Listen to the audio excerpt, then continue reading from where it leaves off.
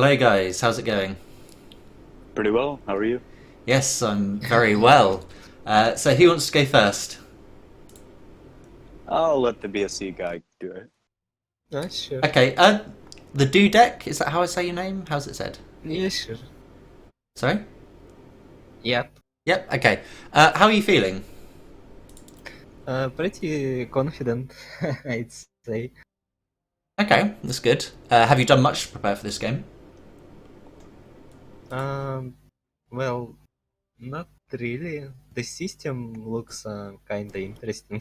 Just five small starting planets Hmm. and another metal planet. It's gonna be either a short game or a bit long game because of the invasion problems. Hmm.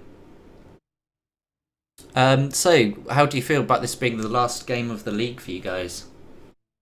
Well, the Icarus people are somewhat relieved because it's been hard for us because we're in America for the most part. So we've been having to get up early on our Saturdays.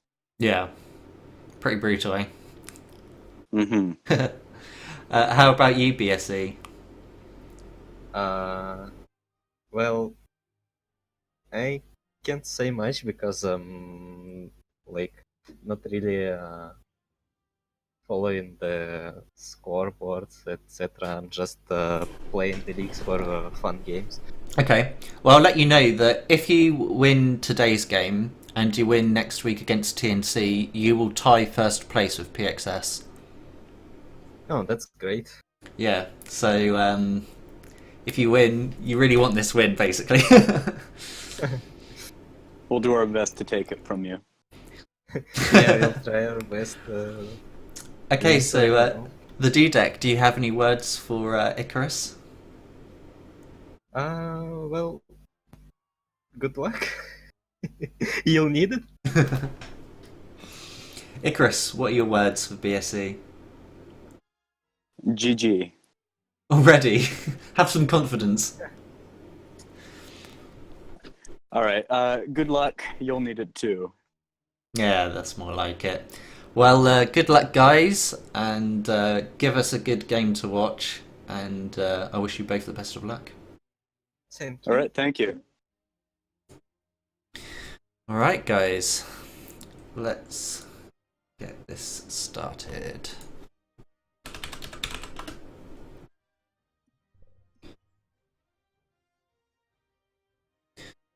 Just waiting for the players to ready up.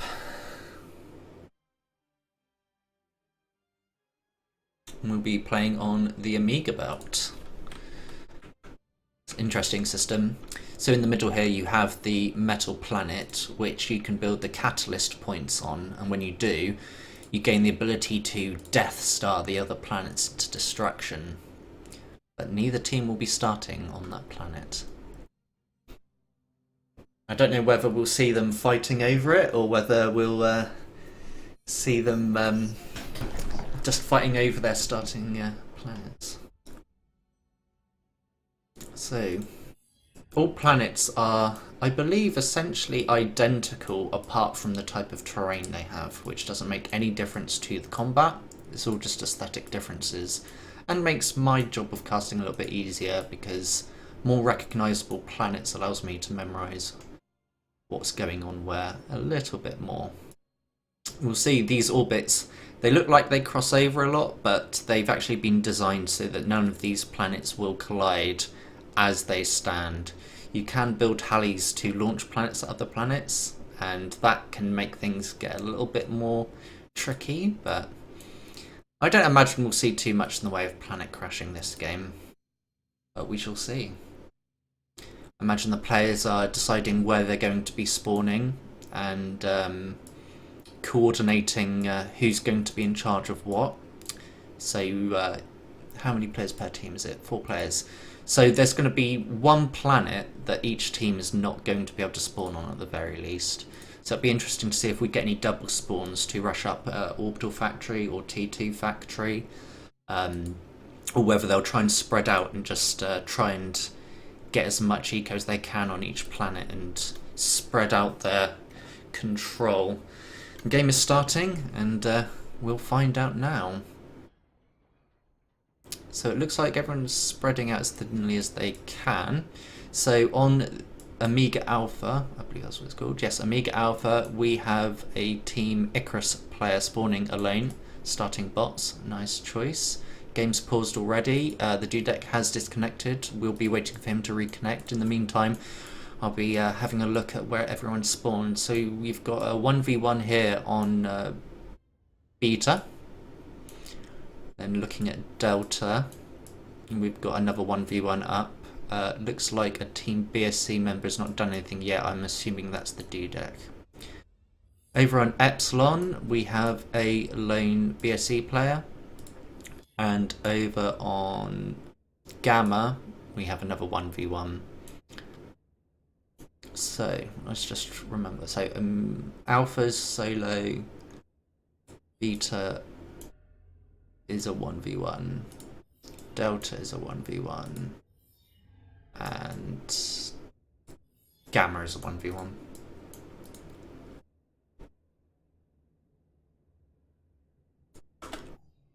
We'll get the eco tab down, we'll get the planet tabs down. Game is back. Alright, let's have a look at this 1v1 first. So we've got both players opening with bots into bot fabbers. So we've got BSC queuing up vehicle second, sending a boom bot on its own. That's a curious choice. They're sending it straight for this player. I don't know whether that was wise, but they've at least found that they are against someone over here. So I guess that's what they're doing. A sneaky scout move for that boombot. It's kind of smart, actually. I like that. Over on Amiga Delta, we've got another use of boombot for scouting, it seems. A smart move, although Icarus have got the docks out and they will be putting some pressure down onto this player here. Seems there's a lot of bots into vehicles going on, although over here Icarus have opted for double bots and then vehicle, although they've got an idle factory here, which is a real shame to see because they could be putting even more pressure on down here and taking control of this planet. Over on Amiga Gamma, we see BSC putting up a light laser turret here. I don't think that's very wise when a commander can very easily deal with that. We see that there's air up here for the air scouts, but that's about it. I'm not sure I really agree with that. If you just want scouts, get a vehicle factory, pump out a couple of skitters and use them to scout, because at least then you're going to be using the vehicles to help take control of the planet, whereas the air, like, is doing nothing. At least build something with it. We've got a bit of a commander push going on here, so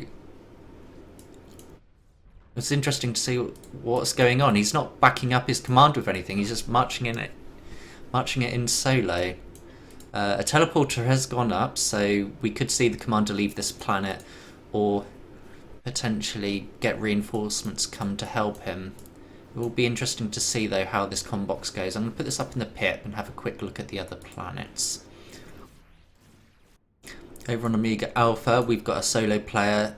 I don't know if he's realised. Yeah, I think he has realised by now that he is on his own. He should ideally either stop building units and just going all out eco, or getting up a teleporter to help other players. Looking at this, it looks like the Icarus players are actually doing quite alright with this push, although BSC have managed to get that teleporter up and they're sending boombots through, which I don't know if that's necessarily the best choice, but if they get enough units through, that might just help even their odds. Over here we see that there's quite a bit of an even fight in terms of map control. I think that BSC is slightly pipping it out though.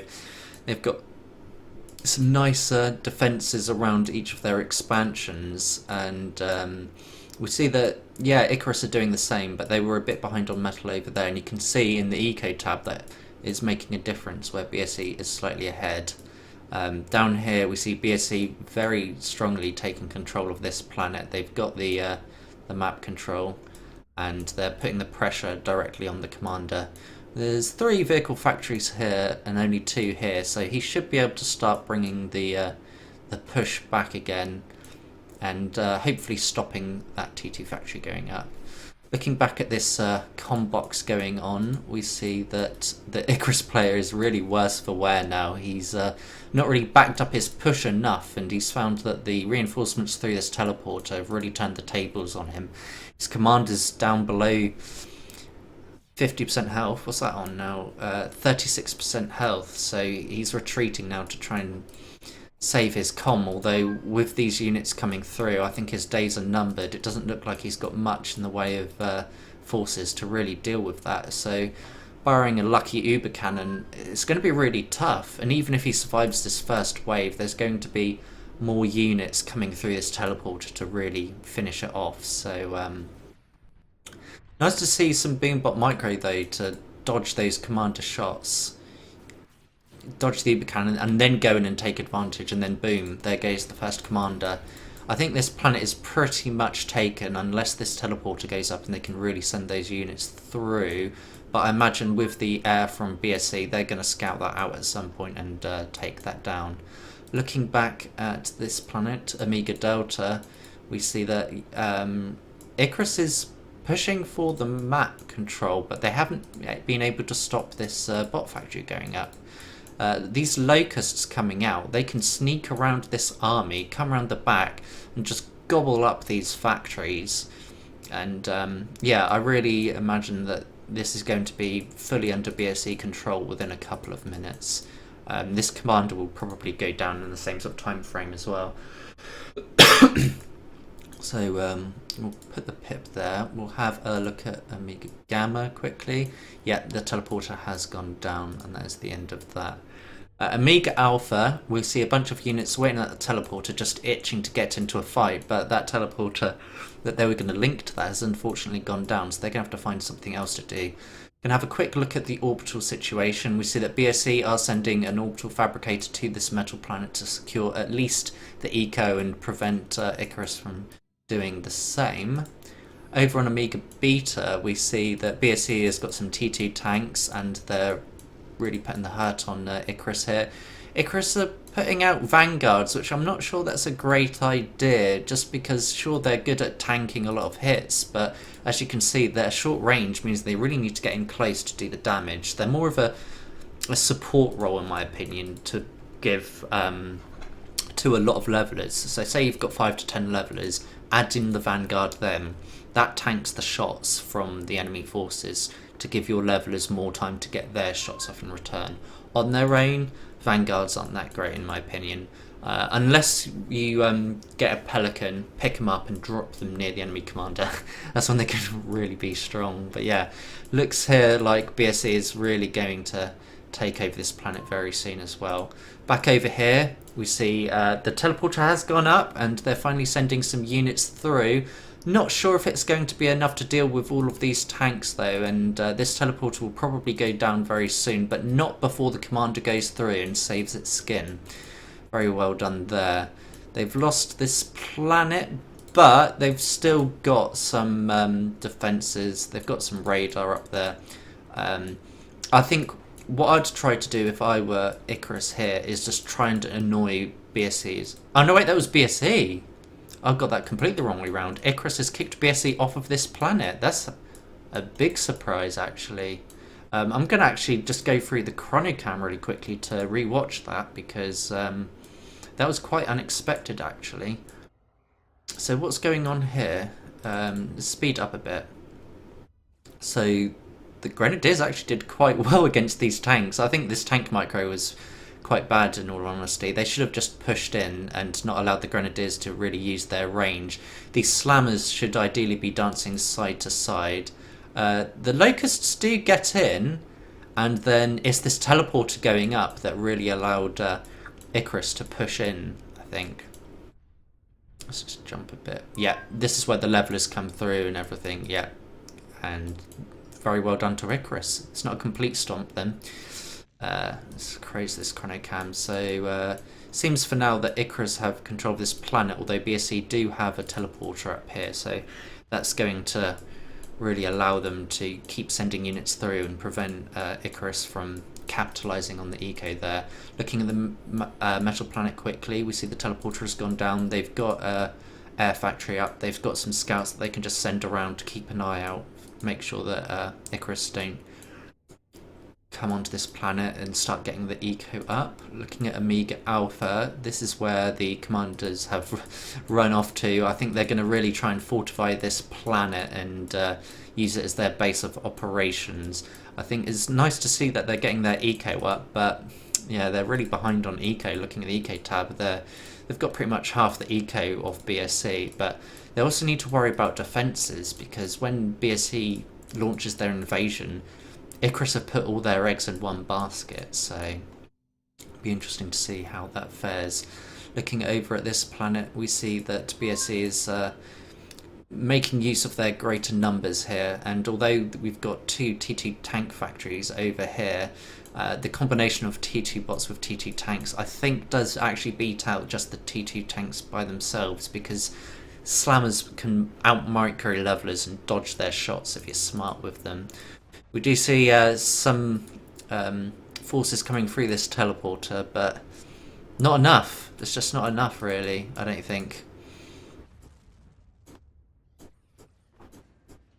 There is some raiding going on, which is nice to see, but at this stage in the game, I think they're really fighting an uphill battle. We see some mines going up. It's nice play. That will take out some of these forces. But it's a real uphill struggle here, and I think they will be kicked off this planet sooner rather than later.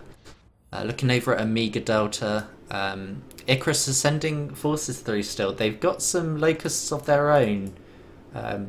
Be curious to see whether they've done any scouting and know where to send these locusts, or whether they're just grasping at straws and hoping that they can actually get something achieved with them. Looks like they're just going to sit there with that locust though, so not much hope there really. If you're going to build locusts, you need to give them purpose, and you need to make sure that you're going to really get the most out of them, because they're completely useless if they go near enemy units and get themselves killed. You want a nice little group of them, send them at the enemy factories, and those factories will go down in seconds. Good use of Blue Hawks though. They're keeping out of range, and they're just pipping off any units that are in their range. It seems that Icarus hasn't really noticed that this is going on. They're sending their forces in. I'm not sure that they can really deal with this though, because when they send their docks in first, the slammers are going to take those out, and then that's going to leave the bigger, heavier targets for the Blue Hawks to take out, which is where they really excel. You do see some mines going up here from Icarus, so they're going to be a bit of a pain in the arse for BSE here, but yeah, I don't see BSE losing this planet, even though they've got less units on it. They have got the eco to really support that planet if they need to. Over here, BSE are completely in control of this planet. They're pumping out their orbital, they're making more factories, higher production. Maybe a little bit slow on the T2 eco. I think they can afford to just pump out a few more fabbers and take advantage of the fact that they're ahead and use that to snowball their economy a bit more. Over onto this planet as well, we see there's a little bit of T2 eco going up again, but they're being really conservative about it. I'm not sure why they're building T2 energy here. They're floating energy quite a lot, and it's really metal that they're after. So it would be nice to see them get some more T2 metal up. Over on the metal planet, it looks like Icarus aren't doing anything to invade. In fact, I'm going to put the picture-in-picture on the orbital. Should have done that a while ago, really. But it looks like BSE will be comfortably in control of this planet and remain uncontested. Back at the Icarus home planet, we see that still they're building their T2 factories, but they haven't really gone orbital, and I don't think they're going to make too much of an attempt to contest the orbital game, which is really going to be their downfall. Over on this planet, we see that there's some mines here from Icarus that are going unnoticed. There's no skitters in this force, which, you know, I think whenever you've got tanks, you want skitters. Spotting mines is always a bonus, and giving your units more vision radius is just useful as well. But nice to see some Stitches, also known as combat fabricators, out to reclaim the wreckages of these dead units. It's always nice to get the metal from those and recycle. Over on Amiga Delta, it looks like BSC is really fighting hard to keep Icarus from owning this planet now. The superior micro of bots is coming into play here, and not letting those tanks really take advantage of their superior firepower and HP. I imagine this push will do potentially a lot of damage to this force here, and ideally they want to take out this teleporter. I'm not sure why they're using their Kestrels to pester the units. If they can take down that teleporter, they can really lock down this planet. Be interesting to see how it goes over here. Because there's shellers here, you ideally want to spread out your units so that the splash damage doesn't take out as many units as possible. A favourite thing to do of mine is to use cover the line, right click and hold, draw a line, and then all your units will create a broad formation. Very difficult for levelers to take advantage of their splash and their slow turning rate. You see a worm coming out, hopefully going to take out this teleporter. I'm not sure what they're trying to do with it. Here we go. And there goes the teleporter. So this planet is essentially locked down for BSC now. Although Icarus have the greater force here, the teleporter's still up for BSC, and they can really take that as their home now. We see a Helios going up from BSC. I think they know that the last planet that Icarus have a strong foundation on is Amiga Alpha, and the Helios is a really strong invasion titan because it can just sit there in orbit, activate its teleporter, and you can just make it rain units down onto the enemy planet. It's a lot harder to kill than a teleporter on the ground, and you need a lot of umbrellas or orbital units to take that down. Having a look at the metal planet, we see that T2 eco is finally going up. T1 eco is halfway done. We'd like to see maybe some more air fabricators working on that. A lot of air scouts for some reason, maybe a few too many. It would have made more sense to me to just build a few more air fabricators, get that build power going. Having a quick look at Amiga Beta, we see that Icarus has two hummingbirds on there, and that's about it. BSC are putting down their T2 eco, and they've pretty much locked down that planet. They've got a couple of orbital launchers, but they're idle. Here we go, they finally noticed that, and they've got the Avengers pumping out, just in case that Icarus do start building their own orbital units. Another teleporter has gone up from Icarus. I'm going to take a quick look at the chronocam to see what built that. I have a feeling it was a bot fabricator. Or was it a combat fabricator?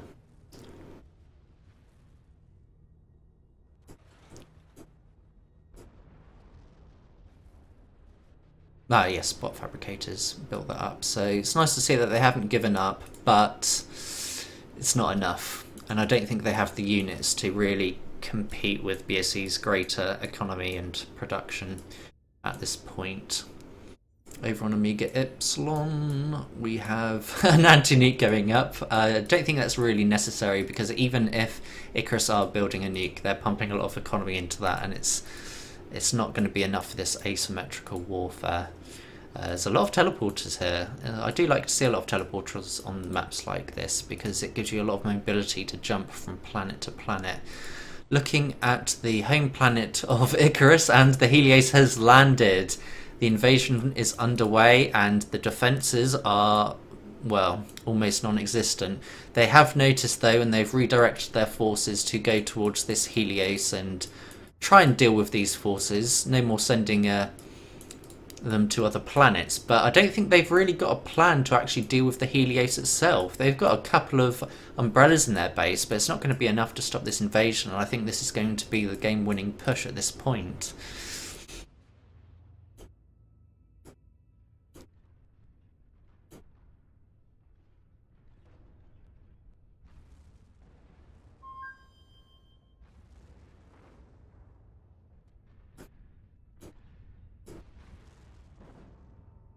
So we see here we've got 3 different groups powering off to take out this base. this one to hit head on, and I would imagine these ones should skirt around the edge and just trim off the edges of the base. That's how I'd go about doing it anyway. But looking here, there's just nothing that Icarus can do at this point apart from build walls around themselves and build defences. I think they know it's over though. The banter comes out.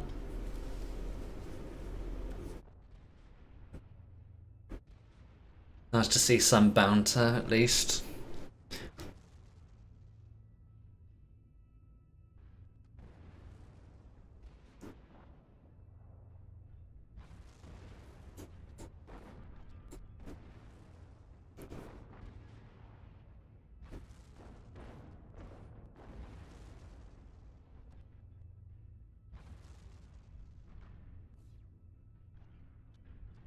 And here we go. We've reached the commanders in their bunker. No suicides here. Too proud for that. But the commanders go down, and that's the end of the game. GG. And well played. So I shall be jumping into the interview room and waiting for the players to join me here, and we can talk about what happened in that game.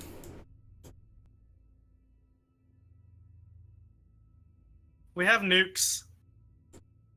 You have nukes? Yes, we do. It seems like the nukes were inside your commanders as they died.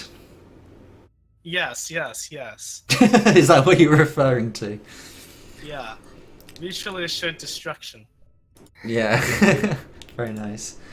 Hello, Dudek. That was a very quick game, I think. Perhaps not as quick as when TNC beat Crestra on this map, but all the same, I think you won pretty much every single one of your planets that you were spawned on the same with them. So, Icarus, what went wrong?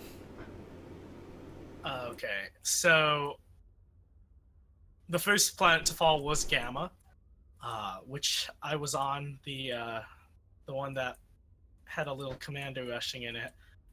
Then Boombots got involved, and Slammers did too, because of a teleporter. And it was definitely a mistake not to set up a teleporter up earlier on Gamma for Icarus, for clear reasons. Yeah. So, so once Gamma was lost, then they had 2 planets to themselves, and we still only had 1 planet to ourselves. And also we also lost a commander, which I mean was like 30 eco-ish. I think it's 20 metal.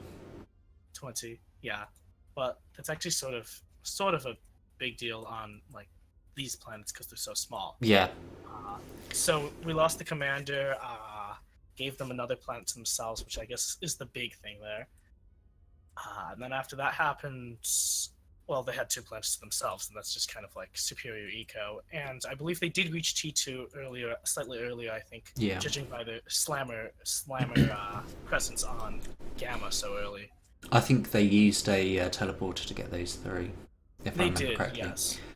They set that up like almost first thing once they saw my commander running at the base. Yeah. And then once I saw that, I decided that it was a timer that basically I had to kill them before the teleporter became a big deal. Yeah. But then all of a sudden their commander started actually building walls, and I was like, oh crap. And then I attempted a very bad retreat, which clearly didn't do anything. Yeah, when I was watching you do your little com push, I was thinking, why aren't you supporting it? You know, have some boombots Yeah, follow or yeah. sparks or anything. That was also a mistake, yeah. Yeah, I was definitely distracted while com pushing. Did not cue the bot factory nearby. Yes, that was also a mistake. Yep.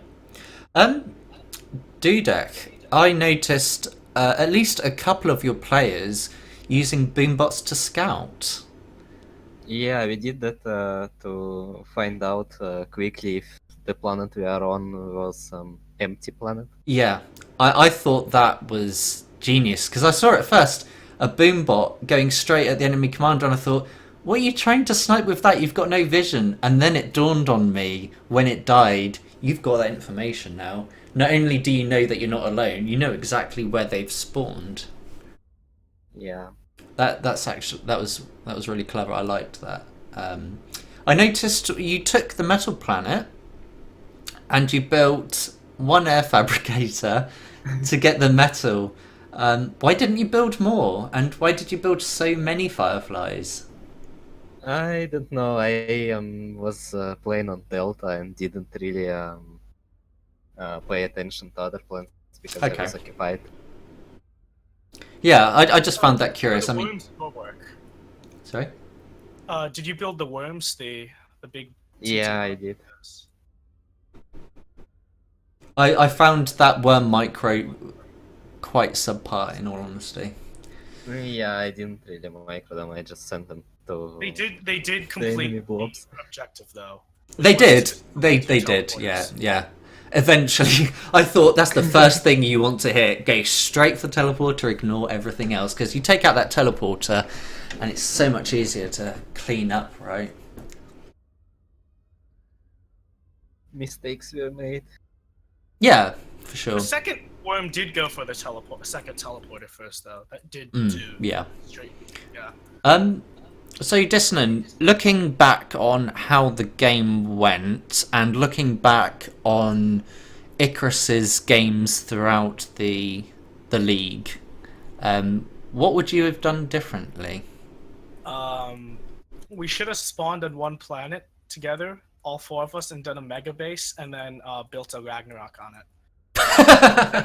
That's what we kept on telling ourselves we would do at least one game doing this, but then we keep on forgetting at the start of games, and we're like, crap, we didn't spawn together. Now we can't build a Ragnarok. So you consider yourselves more of a joke clan rather than a serious clan? Look at the logo.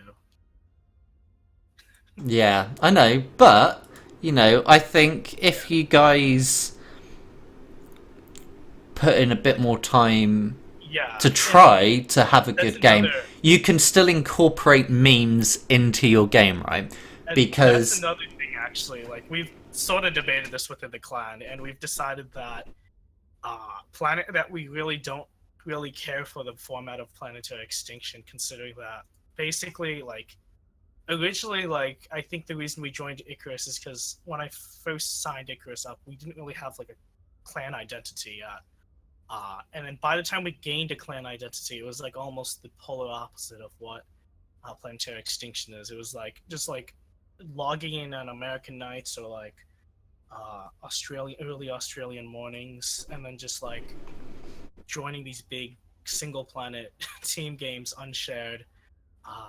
And that's kind of become like the identity of the clan. And then we've decided that we don't really care enough about the multi-planet games that we're just like, yeah, whatever. It's like one game a week. there's the one planet that's been in circulation. We were sort of some of my clan members were very pissed that we did not get to play on that map. Oh, I see. Yes. That's unfortunate. You That should was have the a one map. the one one map map you that- wanted to play. Yeah, and one of our players even said that they would refuse. They were not going to actually attend any of the matches unless we were playing on that map specifically. Oh. Yeah. Did you have words with Elite about the possibility of getting to play on that map? We have not, like, I have not, because I feel like it's a little, like, it'd be a little demanding to kind of say, we want to play on this map, yeah. Although I guess I could have seen if the opponents also wanted to play on that map. That in that case, that's probably something I should have pursued. Yeah, I think you should have done if it were that important to you. But at the same time, I think just with the format of the league, we basically said, okay, let's just finish this last game, and then we're done with this. Because it started like we were definitely having fun at the start, and then it became sort of a, oh crap, we have to wake up early in the morning, then play with the format that we don't really feel like practicing. Just because we only play like one at max one game a week in a format similar to this. So, yeah. Dudek, going forward, next week will be your last game. And it will be the decider on whether you are joint first or third place in this league. Have you done much preparation for this game, and will you be doing much? Well, not yet, but I guess we will try to prepare since that, well, there is something at stake, so Yeah. I'm thinking we will prepare and try to have a good game at least. Yeah, well, I certainly recommend you have a look at the map at the very least and get some practice in, because TNC, very strong clan with some very strong players, as you know, and so are you. And I think it will make for a very entertaining last game of the league if both teams bring their best. Yeah, I agree. Well, Yeah, I think personally, TNC and Crescott have the highest like average skill levels, but have the least practice. Along with Icarus, have the least practice with the format. yeah. While on the other hand, like BSE, Birding, PXS have a lot of like history with like big team games, shared armies. Actually, I guess BSE not as much, but still like they've existed longer than TNC by a long shot. So Yeah, I think it certainly shows when you look at PXS as a team. You know, their skill level at the beginning of the league, I feel like they've actually grown a lot as players and as a team, because everyone's known of their ability at multi-planet systems. yeah, But I've seen individual PXS players really get good at single planet games. yeah. One of my players just mentioned that I should point out that this game was entertaining, and I'm going to admit this was a very entertaining match. It was, I think personally, this is the match I've had the most fun on since playing Planetary Extinction. Yeah. Despite losing at each planet horribly, it was a fun game. I was glad to see It was you a get fast some game. commanders onto that one planet. I was hoping you'd at least get some more in the way of defences to have a bit of a stronger last stand, you know. I feel like the thing about our clan, we like playing like fast games that are just like giant, like, okay, I take my army, you take your army, we smash them into each other kind of deal. And so that's why we had a lot of fun this match, because it was kind of like people just shoving big armies in each other's faces, and that's kind of it was fun. It was fast. There was no lag or anything.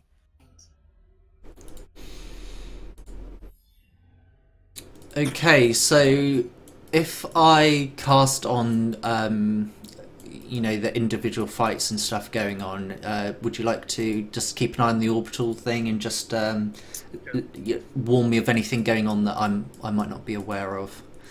Sounds good.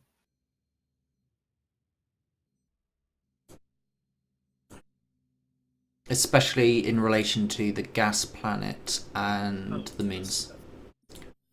Gas giant is really big on this map, which is Is it?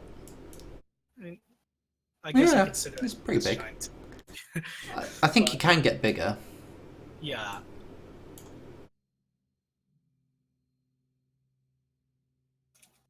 So, as usual, the teams will be negotiating their spawns, make sure that they land in the most effective places they can do. We see a ping from Orange over here on a nice little chunk of metal. We'll get this eco tab down, make sure that you can all see the eco throughout the game. It's not strictly a way of keeping score of what's going on, but I think more often than not you can tell which team is doing better through their eco. A lot of people actually forget to look at the energy they look at the metal and think that that's that, but a lot of the time energy can really be a determining factor as well, especially when it comes to the functioning of radars and teleporters. I think we're going to see some double spawns. I don't think they're going to try and spread out their commanders when they spawn on the same planet, because they're going to want to rush out that T2, in my opinion. So, looking at Neef, we've got 2 burning players and 1 BSE.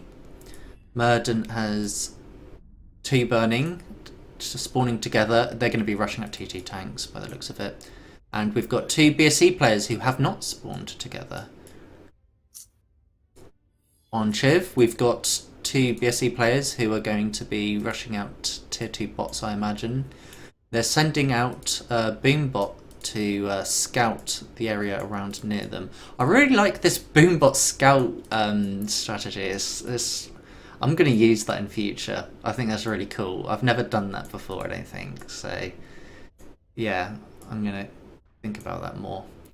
They're not rushing out the tier 2 bots as fast as I thought they would.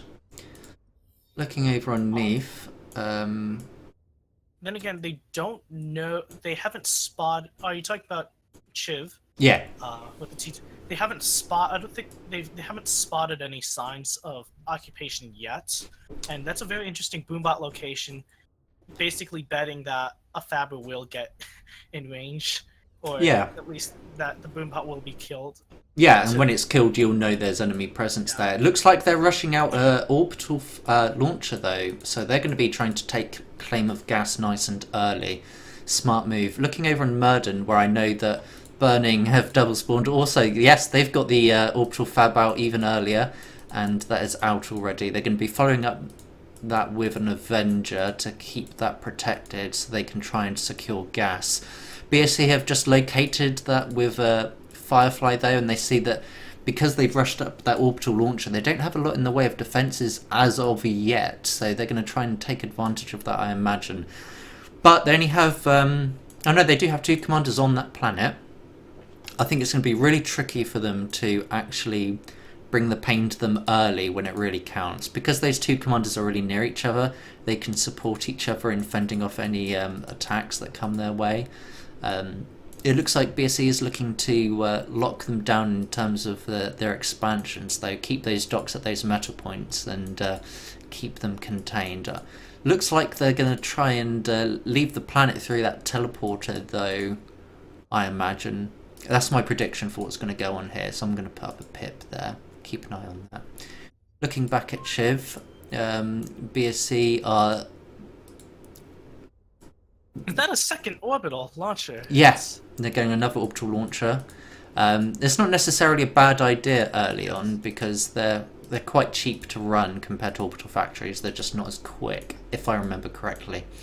So actually looking at the stats for orbital launchers versus orbital factories, they have the exact same metal to energy ratios, but the orbital launcher is basically uses half the metal and half the energy, and I believe costs half as much, if I recall correctly. Okay. So yeah, they are. I think they're the only case of the game where the T1 and T2 are basically identical. Mm-hmm. In terms of efficiency, sure. Looking over at the gas planet, we see BSE trying to prevent Burning from getting that anchor up, but they are too late. The Avenger tries to get into close to those orbital fabricators, but can't quite get it. But it is preventing them from building anything, so it could be worth it for BSE just to dedicate that player to the gas planet and really try and prevent BSE from taking over on there. Looks like BSE does get the first jig up though, and that could be big because a lot of energy gets produced by jigs, and they're going to really need that when it comes to the build power on the gas planet. Okay. I've looked at the stats again. So the orbital launcher uses 30 metal and 1,000 energy. It's 60 metal and 2,000 energy for the orbital factory, but the orbital factory only costs 3,600, while the orbital launcher costs 2,000. So yeah, but then again, it's in the early game, as you mentioned, so it still makes sense to maybe make something smaller, even if it's slightly less efficient. Yeah. But then once we get into the late game, hopefully we'll see more orbital factories as they establish presence on the gas giant. So it looks like BSE have got a combat fabricator underneath, closing in towards the BSE base. I was thinking they're going to build a teleporter, but it looks like they're getting mines up. I think a teleporter would have perhaps been more useful. Oh, I see what they're doing. Because they're alone on that planet, they're putting up mines because they can't compete in terms of build power. Makes sense. Wait, what planet are you? Neef. Okay, so that's... Looking over at Murden, we see Burning has been contained. They've got a teleporter up and one of their commanders has escaped, although the levelers from BSE are going to take down that teleporter and leave this commander stranded. There's the potential for Burning to build an Astraeus and pick up that commander, although it's a very risky move. What you can actually do with an Astraeus is tell it to go down and pick up the commander, and before it does, tell it to go back into orbit to try and bait the enemy air towards your commander. If you do it long enough, you can waste the enemy's time with like constantly microing the air to try and kill your commander. And if they stop following the commander, then you can actually pick him up and take him into orbit. At the same time, though, they can always build another teleporter. Yeah, for sure. It might be quicker to do that, considering they've got a T2 fabricator there. Oh, no, that's what they're doing now. Actually, they are building that teleporter. So Commander's idle. But yeah, with the speed of that T2 the T2 fab has been taken. Oh gosh, what are they doing? looking at the eco tab, BSE is slightly ahead, but it's not enough to strictly win the game yet, as far as I know. If you could check the moons for me and ping any interesting activity on them, because as far as I know, T2 bots are being started on Dr. Metal's cold land, so one of the moons orbiting. Okay, so Burning has taken control of a moon, and these moons can really help propel you ahead, because on such a small area you've got over half the metal of each of those lava planets. Looking at Zisho, there's nothing. Chris, nothing. Erebus, nothing. I'd really like to see Burning just try and put down more teleporters on more of these moons and just try and take control of them as quickly as possible, because we see BSE is actually starting to do the same on Bermelteus. Teleporter has gone up for Team BSE. Incineratus they've also already got, so BSE I think are going to maintain their lead and perhaps own more moons at this rate. Looking at the gas giant, I think BSE is slightly ahead in terms of their jigs, and they're going to really snowball there. Burning are getting a bit behind, and they're having to build anchors to protect their jigs, but BSE are able to support their Avengers with some Artemis, which can snipe down those anchors and allow them to get to those juicy jigs. Looking back at Neef, and we see that the planet, which is mostly under Burning's control, they haven't actually taken out the base from BSE yet, and I think they're going to be wasting a lot of their player attention on just this one commander, because we've got two different players on here. If I were Burning, I would probably just have one player control this whole planet, even though there's two different commanders on there. I'm wondering if there's actually only one player. It's hard to tell, but I guess it does sort of look like there are two different sets of commands going out, but it's... Yeah, you can never really know. I can only speculate here. But it's definitely smart to, on a planet you're losing, just build mines, build defences, and just generally annoy the enemy and prevent them from locking down that planet, because it's so powerful to just outright own a planet. Looking over at Murden, we can see that the Burning commander has left through that teleporter, and BSE are very slowly taking control of this planet. They've got some T2 metal up, which is nice to see, but this commander over here building the air, he's not got his T2 metal up yet, and it's a real shame, because yeah, they're 1.5 times greater than the Burning players in metal production, but they can really make that snowball a lot more out of control with some T2 air fabricators. I don't see any. Interestingly enough, all the both of the BSC commanders on Mergen are idle at the moment, which is, Oh yeah.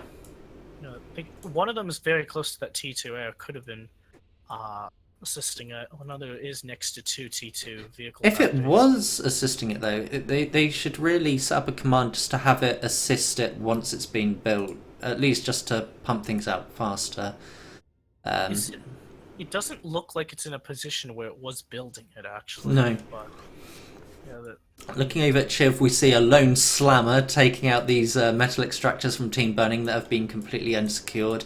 Whenever there's a group of metal, I like to put some turrets there just to make sure it's difficult to take them out and make the enemy work for it. BSC are using their bombers to clean up. Sorry? Slammers do outrange most turrets, don't they? No. They do. No, you'll have to look that up, but a double laser turret will beat a slammer, as far as I can tell. So BSC are running into a little bit of trouble with these mines, but they've got their bombers. Hopefully stay away from this flak, which is going to just eat up the air like it's like an all-you-can-eat buffet. But yeah, there's a lot of orbital going on this planet, and it looks like they're going to potentially go for an SXX snipe. They've got the advanced radar satellite moving over towards the Burning base, and they can see what's going on. Not sure what Burning are doing here on Shiv. They've got an idle commander and a bunch of idle fabricators near him. They could be building defences at the very least, or maybe a teleporter to move over to one of the moons. That's okay. They're starting an orbital launcher at least. I kind of wonder if maybe the player who was controlling this temporarily diverted their attention over to the gas giant. Maybe they like got the second player to join them, because that is very critical at the moment. But it's worth noting that each of the moons now has like a teleporter and a bunch of anchors down for BSE, except for Dr. Metal's Coldland, Which is owned by Burning, yeah. But we've yet to see any like fabbers come through. I saw the teleporter on Z Show, the second moon. It was active earlier, but nothing came through it, and it's no longer active. Yeah, it's strange that. I think I remember seeing Team TNC do just this in their game against. Teleporter on Z Show. Yep, I see that. If BSC doesn't pay attention, they could lose control of this planet. Yeah, I think it's not. Wow, actually, looking at the metal, BSC are spending a lot more than they're earning, but they are ahead of Burning, but not as much as I'd have expected, really. So they could really use getting just a couple bot fabbers in through some of these teleporters and just establishing T1 metal. It would really boost their eco a bit. Oh yeah, it'd help them catch up massively. Also, what they could be doing, they've got orbital launchers still. They could be sending some Avengers down at some of these jigs and just allow BSC to remember that they can still be attacked on gas. They're not completely safe. I mean, sure, they've got some anchors down, but there's still plenty of jigs that can be attacked. That's a really good point, actually. Because yeah, that's a very there's a whole area that's sort of undefended, and it would force BSC to kind of like maneuver their army around. But yeah, as it stands, it looks like Team Burning are just going to slowly lose hold of this gas planet over time and be relegated to the moons and whichever planet they are currently holding, which is Neith. It looks like they've got a very nice hold of Neith, apart from Team BSC's base, which is still left largely untouched. And they've actually just brought in a bunch of phoenixes. They're bringing some more, and so it looks like they're not giving up on the planet yet. They're just going to try to turtle up. I think if I were the player on BSC, I'd take that commander off that planet. That's a good point. What purposes is he really serving there? You've got T2 fabricators. You've got the build power there now. The commander on top of that does appear to be idle. Actually, you know what I would do? I'd take that commander off that planet. I'd spam turtle defences, and then once the eco is suitable for it, build a Ragnarok. Okay, so we're finally seeing BSC presence on Z Show after the teleporter comes up Ooh. for burning, which hasn't been activated. Ah, activate what? your teleporters, guys. Their fabricator is idle and so are their levelers. Yeah. I Each think- team should set one player just to look at those moons and keep things active on those moons. One player in gas, one player in the moons, and then one player on each of the planets. The Fabber is starting things now, but Oh, Burning have launched a unit cannon. Oh gosh, Fabber's and Skitter's on the moon for burning, and this is how BSC loses a moon. Here we go. Slammers have landed on Chris. Although I'm not sure how they'll do against that anchor, but at the very least they can prevent BSC from sending just Fabbers onto there. I really like whoever's doing this orbital play by burning right now, because they're about to shut down Z Show. Let's have a look at Z Show. Ah, yes, that's it. Yeah. Right, they've shut down that teleporter from BSC. It's going to really help them stay in the game if they can take these moons. I would have liked to have seen maybe one Fabber with that Slammer group on the teleporter activating for BSC, but too late. Right as it dies. I'm looking at these other moons. BSC have been building anchors on them, but they're not sending anything to claim that metal. And the problem with what Burning did on Chris, they took down that first teleporter, but they couldn't kill the Fabber. So now that orbital Fabber is just going to build a teleporter, maybe in the same spot. Yeah, I see that Burning are turtling up heavily on Dr. Metal's cold land, and that's where they've been. Well, they've at least sent 2 commanders there. I think it's a bit risky putting all your eggs in one basket like that. But we'll see how that goes later on. There's a lot of orbital movement going on, and it's quite confusing to see. But over here, it looks like BSC have just retreated from here. I think they were doing some SXX type deal stuff. I think they really want to take the fight to Neath because they know that that's where Burning have got their strongest hold at the moment. Although, Burning are building an Atlas Titan. I'm not sure that's wise considering the amount of tanks that BSC have got here. I think that Atlas will go down very, very quickly. They also get Locust production, and I feel like they've somewhat they've underestimated the forces that BSC could field on this planet, I think. Yeah, when you've got Kestrels, Locusts aren't too much of a worry. You can just take them out pretty quickly. Yeah, the Locusts might take out a factory or 2, but at this stage in the game, I don't think BSC should be too worried about that. Looking back at the gas planet, we see that Burning haven't quite been kicked off it just yet, and they are actually starting to do, as I said earlier, harass these jigs and just move about, poke holes in the weaknesses of BSC's presence on the gas planet. But this is just a battle of epic proportions at the moment. I'm not sure that Burning are going to be able to sustain this for terribly much longer, though, just because there's just so many Artemis and Amigas mixed in here from BSC's forces.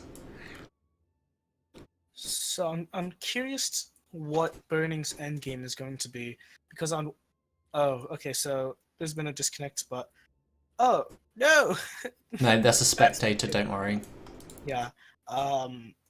So I'm sort of curious what their endgame strategy is going to be. Initially, when they took Dr. Metal's Cold Land, I wondered if they were hoping to Halley it, but it's definitely not Halliable now because that is such a large chunk of their eco. Z-Show could be Halliable. Yes, but it looks to me like they're going to turn this into another eco planet. But who knows? They might be setting up for a Halley. They've also sent more forces to Chris again, and I'm somewhat disappointed that they didn't send like one fabber with them, who could maybe establish an umbrella. Yeah, or even amend, get up a teleporter, and then Oh, send a bunch of fabbers through. Yeah, that's a good point too. In fact, also what they could do is use one Artemis per moon and just slowly take out those anchors. Incineratus, though, it looks like BSC are finally building metal with their fabricators. Yeah. And also on Erebus, they've just started. And T2 Bermeltius. first.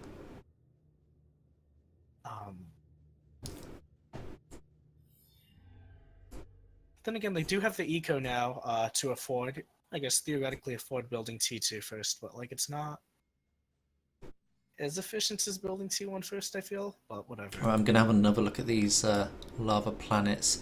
Oh, it looks like Burning having a bit of trouble on Neath as BSC have sent through their tanks and are starting to really bring the hurt. And I think this could be the point where the game starts to side more in favour of one army than the other. We see that BSE has over double the eco of Burning now, and I think that's going to just snowball out of control even further as this gas planet comes more under the control of BSE. This Personally believe that Neath is going to fall. It's like it is, like I think it's just like a ticking clock at this point. Like, because look at the forces that are being streamed into that teleporter. This orbital battle on gas, though, has actually kind of turned around into Burning's favour. They've cleaned up a lot of the BSC forces, and I think BSC are going to have to really ramp up their production of orbital units. They're building SXX lasers now, and I think that can really hurt them here, potentially. But those Omegas are starting to make a dent in. There was, as you mentioned, there was like this giant Avenger cloud that was like walking in, and it looked like it was going to do a lot, but then the Omegas kind of cleaned it up. But now They these are Artemis very is strong. sniping the Omegas, though. Yeah. So, If they are carefully microed, they should be able to deal with that and help keep burning on the gas giant for longer. is that a Helios? Yes. It's like I don't want to see that moving towards... it's gonna get sniped by the Artemis. Isn't it? Yeah, that's not good. Move it to where you want to Really drop need your to forces. watch out and not move the Avengers too close to the Omegas. Just let them get sniped with the Artemis, because the Artemises are doing very well. And now this could go very badly with this Helios for BSC. Oh, what a waste. What were they thinking? Helios is not a combat unit. It's just for mild defences, right? It's primarily a teleporter. Yeah. At least they didn't send the SXXs. That could have been worse. So looking at Murden, we see that that's totally under BSC control. They're sending units through teleporters. They've got a lot of the T2 eco. That's fair enough. Back at Shiv, there's not really anything left of Burning apart from a few mines. Are BSC building T2 metal? They are, but it looks like they're doing it quite slowly. And I know they're way ahead in eco, but you've never got enough eco. Always be building more eco. Nukes are coming out though, and they're assisting that nuke. I'm not sure where they plan on sending it, but it certainly shouldn't be Dr. Metal's Cold Land because they are anti-nuked. Handles the entire planet. Yeah. Actually, I'm curious about that. Because of the physics of the anti-nuke missile. Oh, that's a point. I don't know about that. But it looks like some Amigas and SXX have landed on Dr. Metal's Cold Land, and they are looking for a commander snipe. The commanders are moving though, and I think that those umbrellas might be able to handle the. Here comes the nuke. Oh, did they snipe? They might have sniped anti-nuke, but not enough to prevent that nuke. I don't. Burning know. launch a nuke of their own. Where is it going? Did they just nuke Neath? It's hard to tell with all of these orbital units moving around the place. It looks like I saw a nuke head towards Nafe, but oh wow, look at what's happened on Nafe. There's almost no. No, it's Burning landing on missiles Shiv, left. but there's anti-nukes on Shiv, so Okay. no cigar.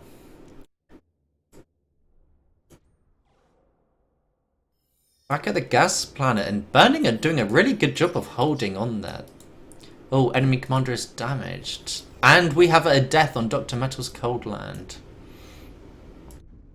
Which sets off a chain of explosions. The unit cannon manages to get some shots off right before it's killed. But I'm pretty sure that those were just headed to some random moon. I think one of the commanders might have been able to escape to another moon. Yeah, it looks like he got onto Zisho.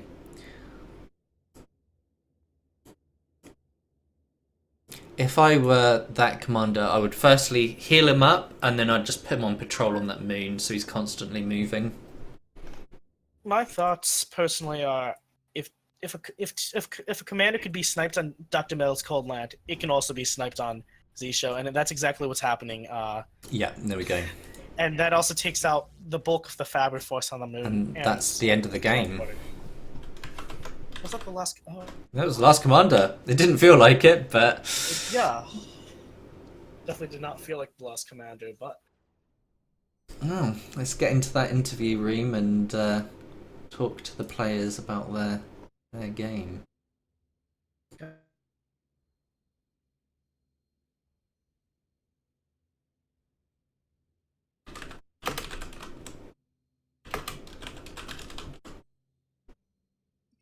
Hey, hey. Hey.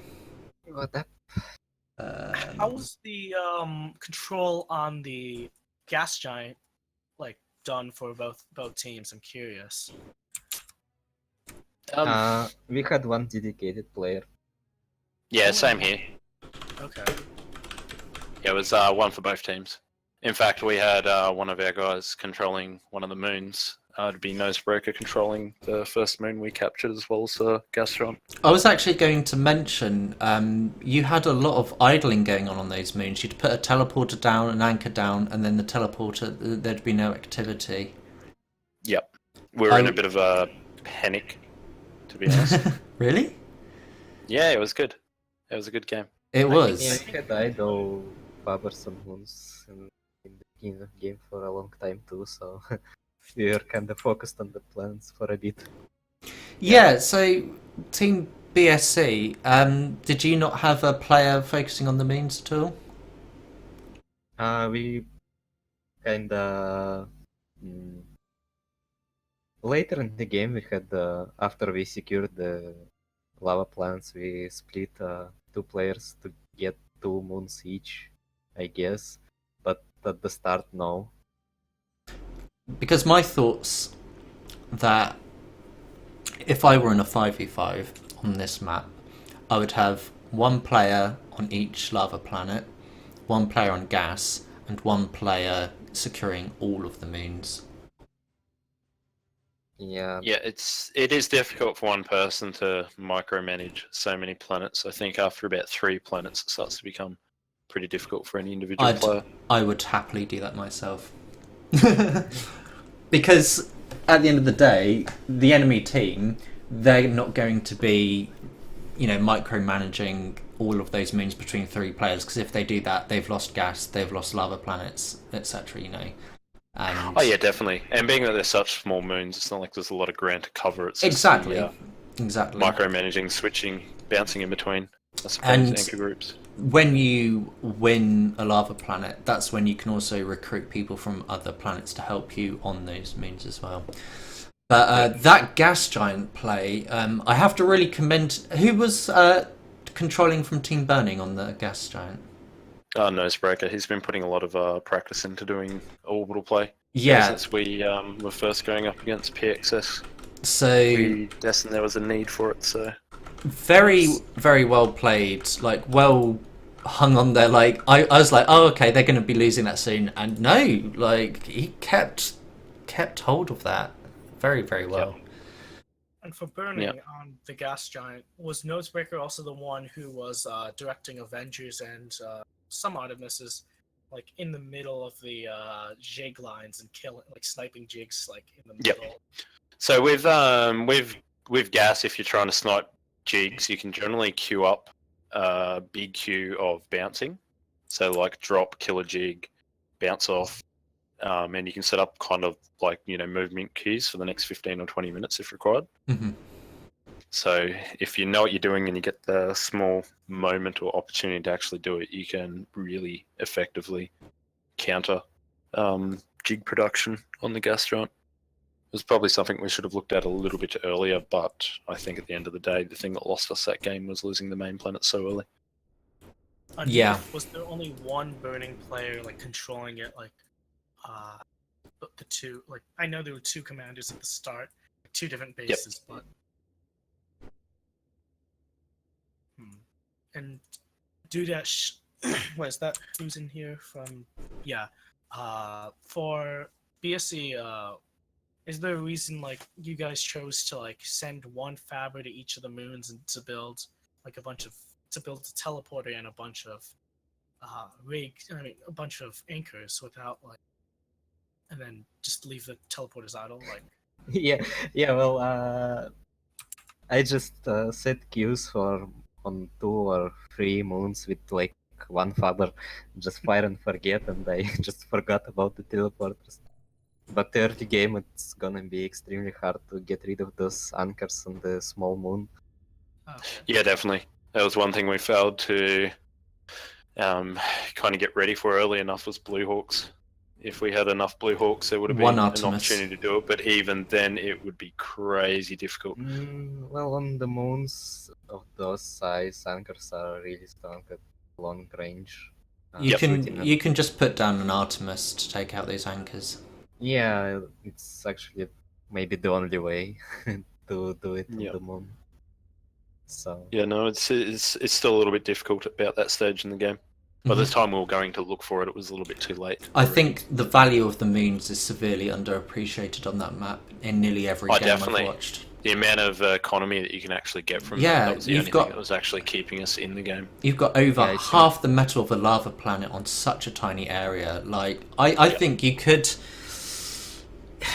actually get away with completely abandoning the lava planets, going just for the moons, and taking complete control of the gas planet. I think so too. It's If someone had 6 moons, if one team had 6 moons, one team had three of those lava planets, and no one had any gas presence, the team with the moons would have the superior eco. Although I'm a curious lot to less see build if they space. yeah, that's the main problem, I think. Which is why the control of gas would be imperative with that kind of eco, because all the enemy has to do is just build up a big enough tank force and drop a Helios down, and what are you going to do? Yeah, you can't really lock them down. They're pretty hard to defend. But having said that, if you can get enough of an eco lead, you can just harley them into the main planets. Exactly. Well, it's a very entertaining game to watch, and thank you very much, guys. It was entertaining to play.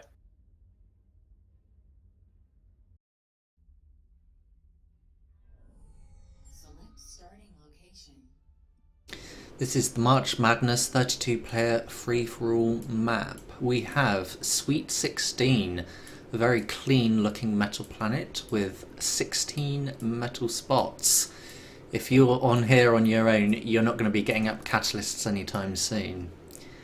We have here West, where it looks like 8 players will spawn. East, where another 8 players will spawn. South, you guessed it, 8 players spawn. And Midwest, where yes, 8 players will spawn. Looks like the spawns are all going to be even. Metal distribution fair. I think this is going to be a good game.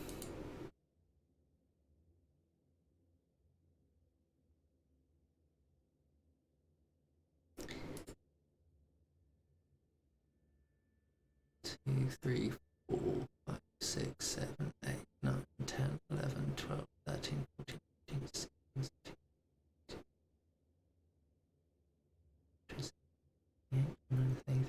So I do see all 32 players down this list. Good to know. So I do expect this system will likely slow down at some point. We've got the sim speed counter down here in the bottom right corner. It should be 100% for a good 20-30 minutes of the game, and then it'll probably dip down as you get more units, get orbital play going on. Later on in the game though, asteroids will appear and they should help clear some units off of the game and bring that sim speed back. Hopefully, ultimately, we'll see this metal planet get those catalysts built, though, and destroy some planets. Game is starting. Let's check out West first. So... we've got options, Kaiser, Death by Denim, Extant, the Dudek, Uruk Hugen, Discrape, very good player, and Johnny Chim on this planet. So the first 8 players in this list will be on the first planet, the next 8 on the next, and so on and so forth. It's a very similar sort of map to the map in my map pack, which is called Hold Me. So we see here someone's going straight for the orbital already, and that would be Death by Denim, I think. Yeah, looks like someone's disconnected already. I'm not sure that going orbital this early in the game is a wise decision though, because you really want to fight for control of the planet you spawn on. Is this... who is this down here? I think that might be Kaiser. That's disconnected, yeah. So unfortunately for him, he's going to die very soon, probably. Looking on the next planet, we see someone's gone air first, getting those air fabs out and going straight for that T2 air. Ballsy decision. I don't imagine they're going to do too great though. Who's that? I don't know how to say that name. Right, we've got yellow here expanding nicely. That's the nose breaker. That's to be expected from an Uber player, going straight for those expansions. Imagine he'll be building some defences to go along with these metal points as well, just to prevent any little raid parties getting there. And yeah, you see here he's got those defences going up. Don't see the same for over here yet. Oh, there we go. I would like to see these turrets facing the right direction when they're placed though, because those few seconds that forces could come in do damage whilst this turret's still turning. You're losing a lot of time and a lot of effectiveness from a turret, just having it face the wrong direction. So if you play PA, think about which direction you want your turret to face before you build it. Even Uber players get lazy with it. We see here we've got whoever plays as my colour. Headcrab playing as my colour, because that's the colour I always use when I play PA. Raiding a little bit over here, but not committing too much. I suppose he expects the commander to be over here, so he doesn't want to push in too hard, but little does he know that Nosebreaker's actually over here, and so bringing his forces this way could be a mistake. I would like to see the commander helping build this T2 though, and I'm not really a fan of walking your commander around, because every second spent walking is a second not spent building. Over here we've got Blue, who is Senescence, spreading out as well, nice to see. Maybe not being ballsy enough to take the middle, but he's at least taking those platforms to his sides, although he's going to meet some resistance from... who's this brown player? Weasel, going tanks. It's going to be a pretty strong force to attack with. Let's look over at the lava planet. We've got some nice expansion from this green player here. I think that's not some guy, is it? No, it is some guy, and he's next to Inquis. He's building Pelter. Okay, fair enough.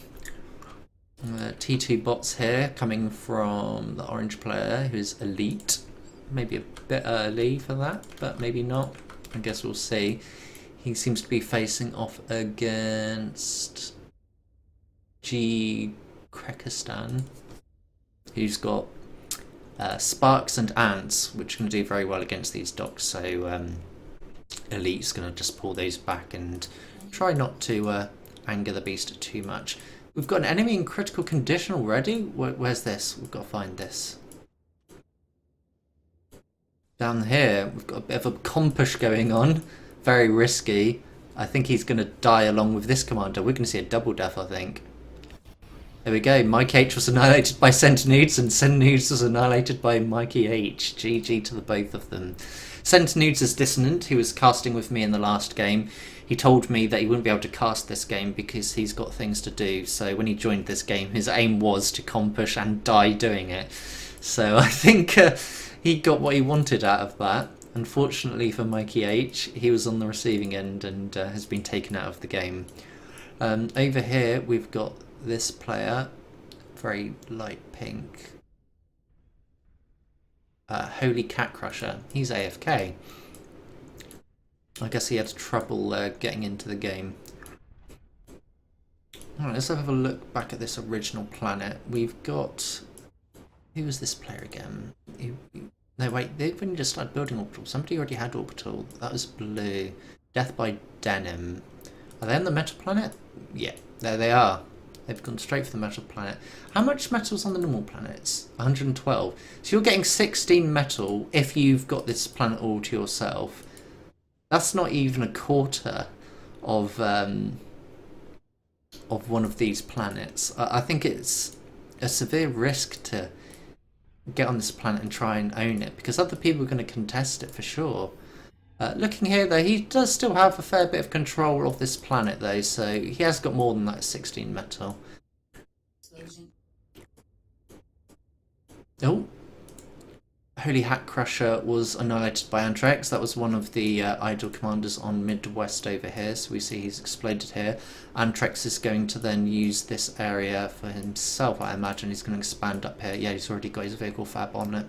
Would be nice to get a combat fabricator to reclaim that commander, just get that extra little bit of metal, but looks like he's going to be harassed by some docks here. I don't imagine they're going to do too much though, because Antrex has got his own little force here to deal with that. If these docks keep moving, they're going to be punished by these forces over here. Although he takes out the fabricator that's building this T2 factory, but I don't think it should be too much to get some fabricators here like they do, and get working on that. We've got another commander explosion over here. I just missed. Brown got annihilated by Pink's levelers. He didn't get his T2 up quick enough. So yeah, you get punished if you don't go T2 really early in this game, especially on a map like this where you're surrounded by other people and you really need that firepower nice and early. This player here, he's done a nice job of expanding. He's got a little bit of a force here to reckon with, and if he can get his T2 up in time, he might stand a chance. But looking at this force here, it's backed up by some levelers. I'm not sure if he can do it. I think he might just get beaten.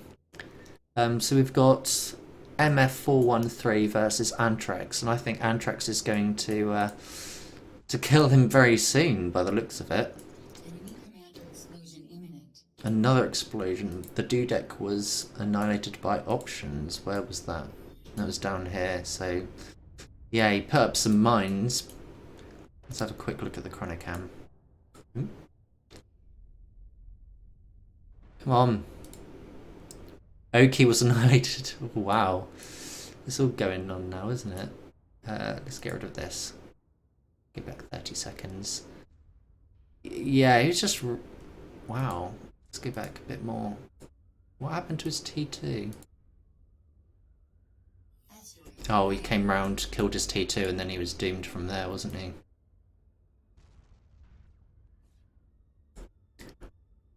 Ferret Master was annihilated by Elite. Well, that's a bit shocking. Where was that? Is that on the East planet? No. Midwest. Where's Elite? Elite is orange.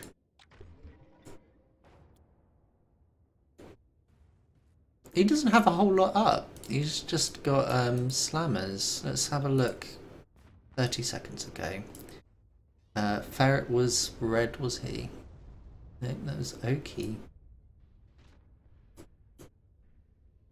Ferret Master was... Oh no, Ferret Master was that red.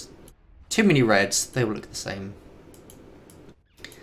Yeah, so Elite is facing off against Magentary Purple here, who is Gurkrekistan. And I think those levelers are going to be a bit tricky to deal with.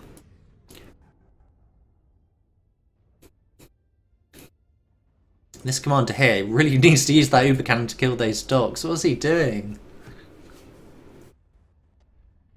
There's an idle player that's still alive. I've got to find this now. I can't believe that there'd be an idle player still alive at this point. On West. Okay, let's have a look at West. Oh, wow. He's just been left alone, hasn't he?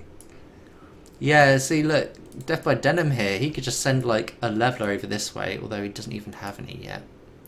He should have really had levelers by now, just to move over here to kill that commander and then take that metal. Let's have a look at the metal planet, see if it's still uncontested. Looks like it is. Oh, no, it's not. We've got Blue here, who is Senescence. He's put his commander down here, and he's going to try and contest Death by Denim for that planet. Alright, let's have a look at East. So we'll see what's going on here. We see some shellers coming up from the Nosebreaker, and he's going to be punishing Motorville with those. Not sure Motorville can really do much about this. He's got some slammers. He could move some slammers in, actually. Hopefully try and take out some of those shellers, but he's pulling them this way. I don't know why he's doing that. And his commander's just standing there.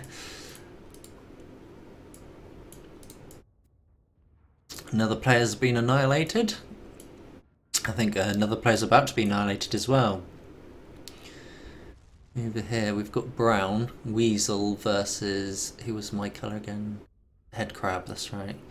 So yeah, Headcrab's about to take out this Weasel dude, although these powders might be able to hold them off enough for him to survive it. If he can get that Uber cannon off, we'll see.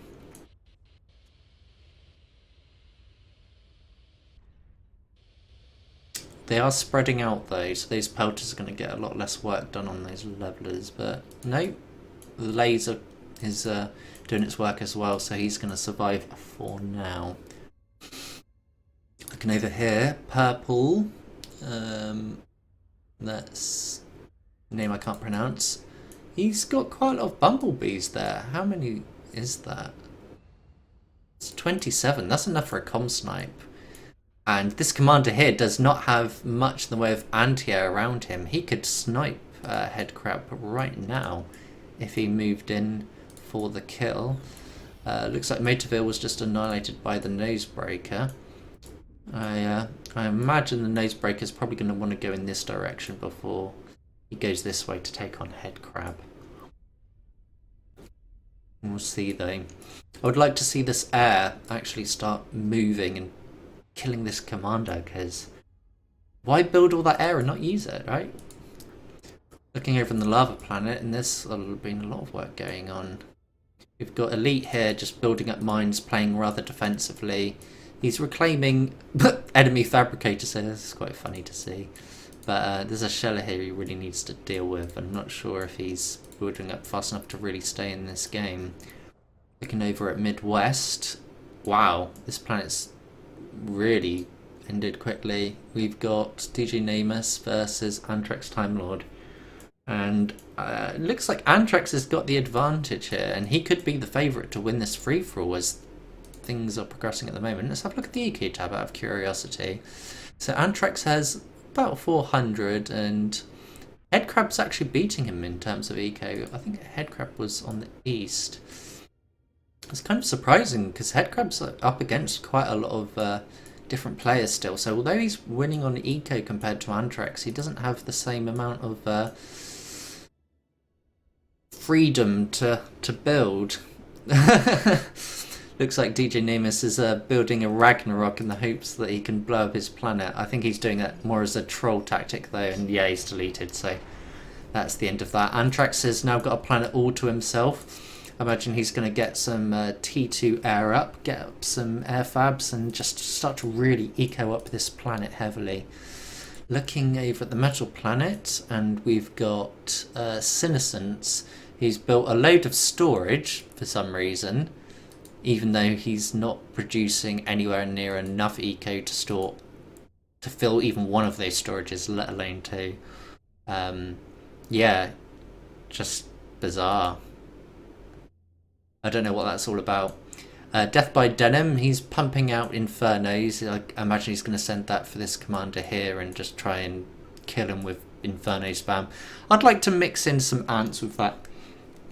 Excuse me. Just to fend off any units that might be pressuring those Infernos. But he's got plenty of bombers as well, and the state of the anti-air is probably enough to fend them off for now, but if he mixed in some hummingbirds with that, I think he'd be able to get off that snipe. Looks like pink here might be Options or Johnny Chim. I'm not sure which one. I think it might be Johnny Chim. He's got the radar just sitting right above Death by Denim, and Death by Denim's like, oh, I'm not too worried about that. I'll let him just watch my commander. He's got umbrellas over here, but he's not built them over here. Enemy commander is damaged. Where's that death about to happen?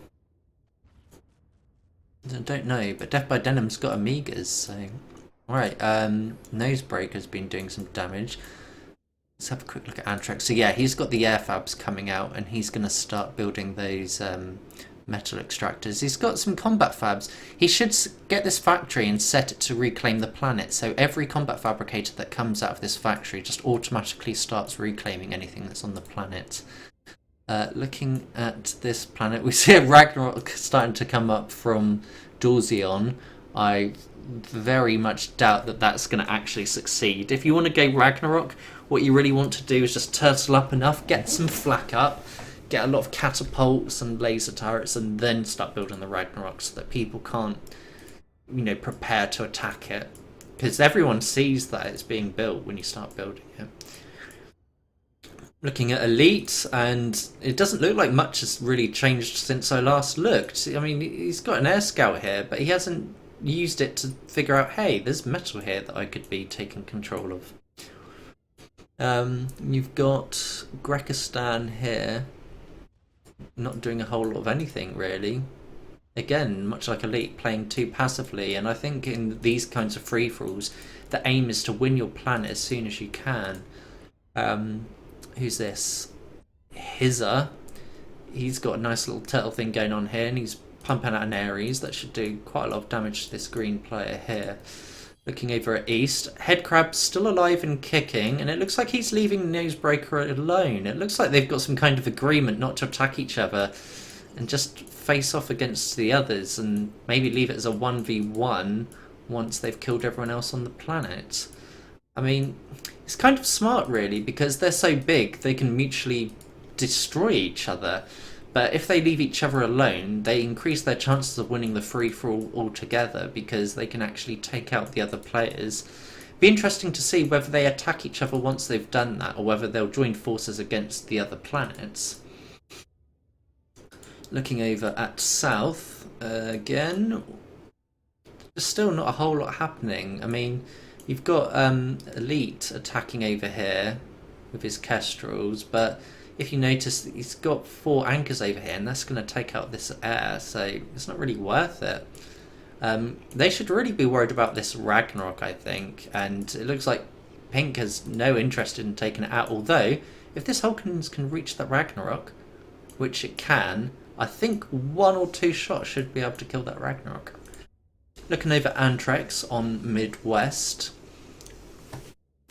and he's really ramping up that economy. His metal income is shooting up. It's hovering between 1,000 and 1,400, and looking up here, no one's even close to that. Headcrab's probably the closest though. Let's have a look at him. He's got an anti-nuke up, so he's aware that nukes can often come up during these kinds of games. He's getting some unit cannons. I don't know whether he's going to use that to snipe Nosebreaker here, or whether he's going to try and go onto some other planets with it, but I think he could do a really nice snipe on the Nosebreaker there. Does he have any air? Yeah, he's got air, so if he scouts the Nosebreaker, launches all of his slammers down on that commander, he can kill him straight away without Nosebreaker seeing it coming. I'm getting some pings going on here. It's kind of curious. Is he pinging that for my sake, or is he just misclicking? I don't know. Looking back at the metal planets, oh wow, Death by Denim has certainly lost control of this metal planet very quickly, and his commander is looking like it's not going to live for very much longer.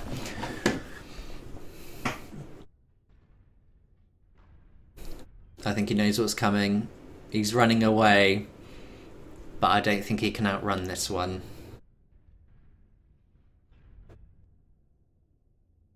He's slowly marching towards the commander.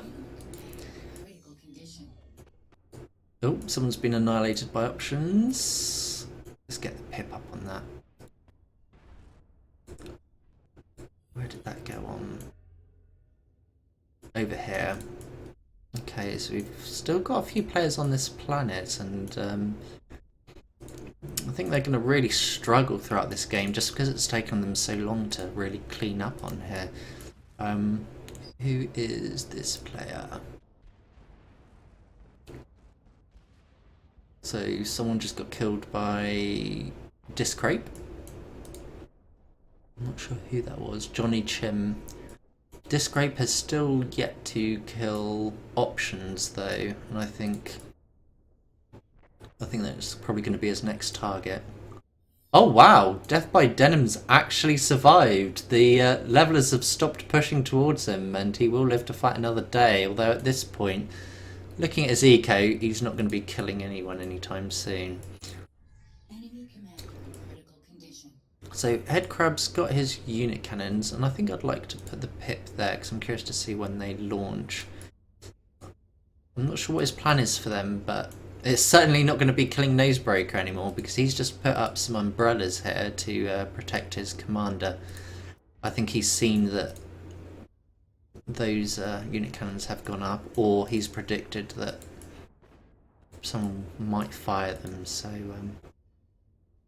looks like Black here, who is, I'm not sure, Tulol, having a bit of a bad day here with Headcrab's forces coming in, wrecking his base. He's moving his commanders to avoid those forces, maybe survive a bit longer, but I think at this point, what can he do? Just survive for the sake of surviving, really. Let's have a look at Antrex, see what he's up to.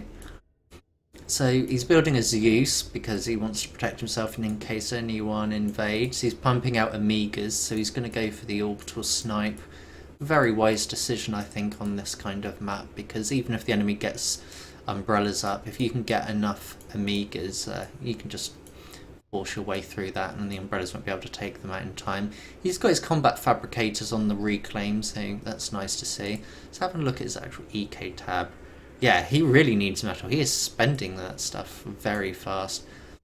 I'm concerned that he's building maybe a few too many Zeuses potentially.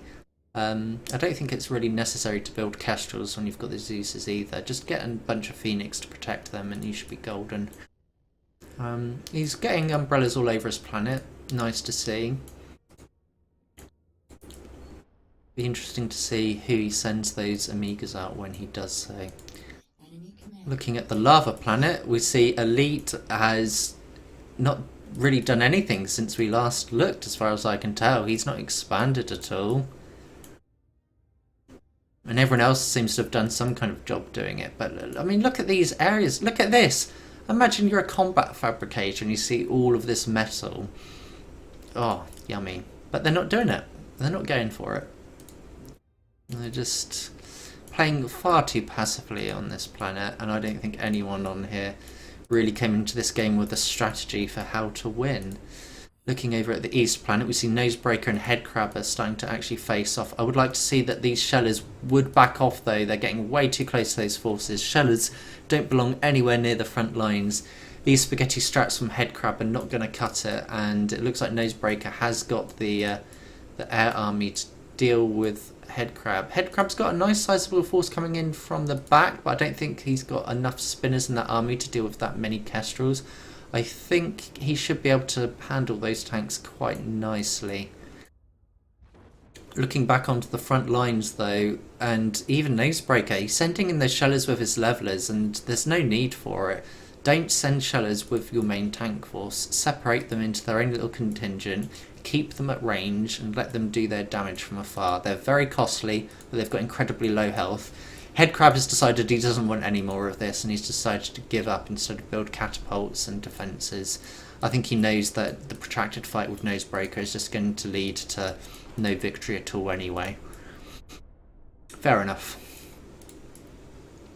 We've got the dark grey player here, Tulol, just building defences. He's given up on trying to win anything, so he just wants to keep his commander alive. Does he have any factories queued? No, he's not interested in building factories or units. He just wants to live as long as possible, I think, at this point.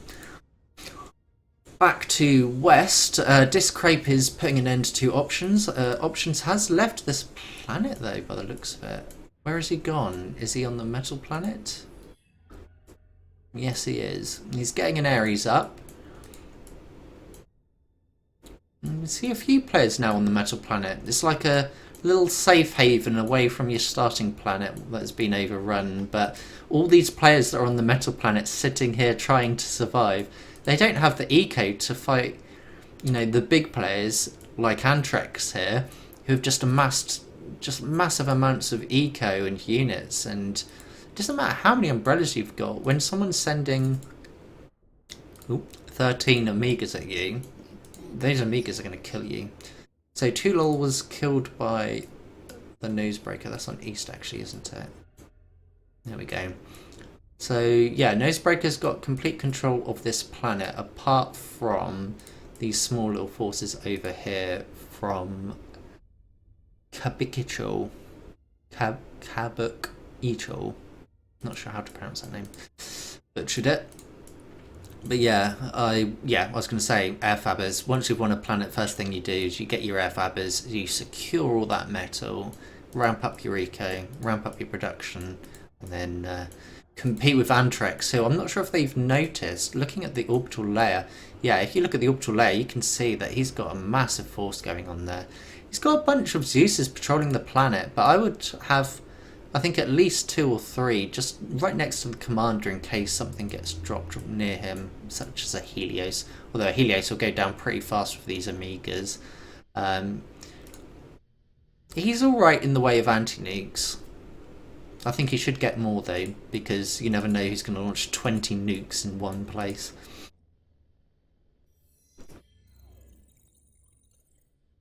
Enemy commander explosion. Hello, Lord Matthias. I don't know if there's going to be another free-for-all after this one. I don't think I'm going to be up for streaming another one, but if another one gets hosted by Elite, then you are welcome to join and, yeah, take part. This type of shit needs to repeat. It does happen. It does happen. There will sometimes be 2, maybe even more of these free-for-alls after the Planetary Extinction event, so yeah, fingers crossed for you, man. Looking over here, Discrape is still taking on Options. Really? Like, you've got all these forces, make use of them. I want to see the airfabs as well, because it's time to really start taking advantage of all of this eco. He's got a bit of an orbital game going, but I don't think it's anything to really compete with Antrex, and at this point I think Antrex is still looking like the favourite to win. Let's have a look at the metal planet again. Just get rid of this one.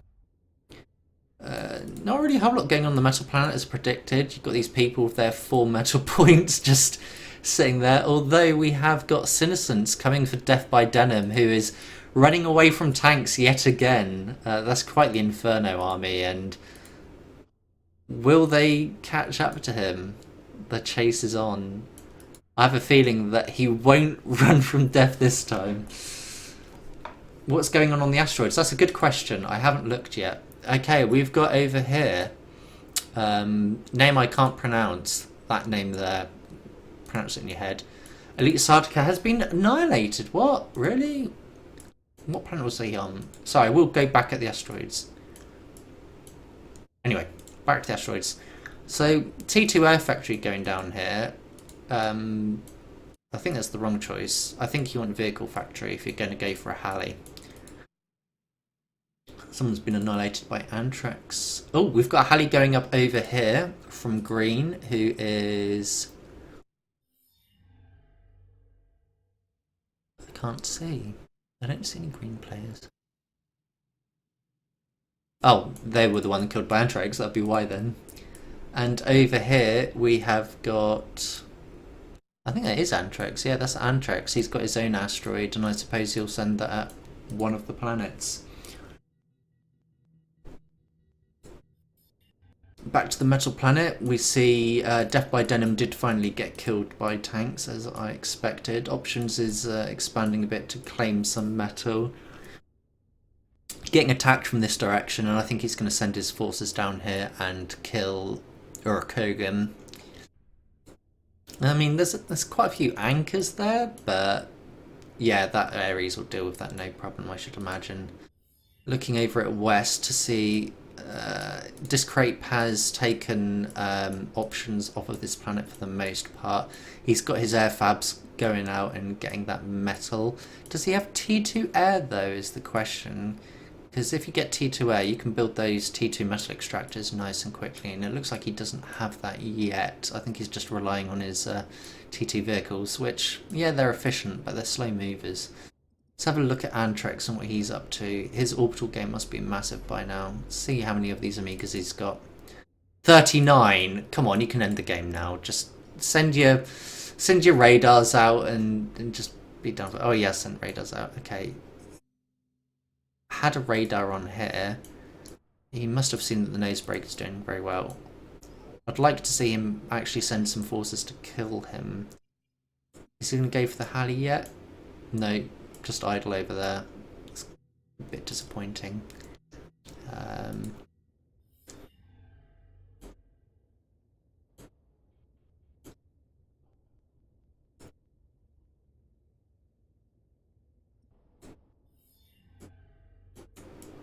So yeah, it's just got to that stage of the game where not a whole lot is going to happen, because Anthrax, despite having 39 Amigas, is not going to use them. By the looks of it. He's sending radars here. I think he's trying to decide who's the most important to kill. I'm guessing he's going to go for Discrape or Nosebreaker first. Close the chronogram bar. There you go. Sorry. Oh, it's not closing. There we go. Right. He's got vision. The commander's on the move though, so he's going to have a hard time attacking Discrape from that distance. Is he sending his forces? Yes, he's sending them down there. But when he lands, this commander's going to be long gone. Why is Zeus being built on this planet? Is a good question. Alright, let's have a look at Discrape, because if he can pump out enough catapults and umbrellas, he should be alright. Where's that commander going? Oh, he's getting a teleporter up, I think. It's probably a wise move. The orbital is coming, though. He needs to move fast.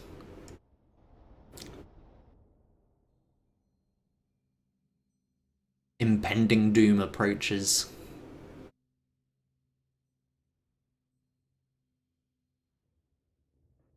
The commander approaches the teleporter. Are there any other teleporters around here?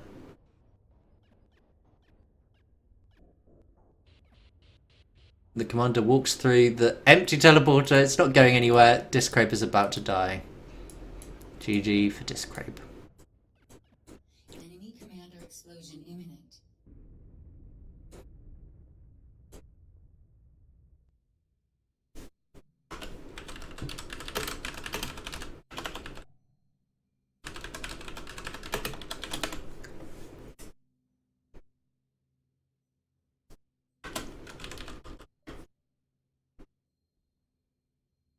Right, where are these off to now? They're going to go kill... Nope, they're just going back to his home. He really needs to take on the Nosebreaker, I think.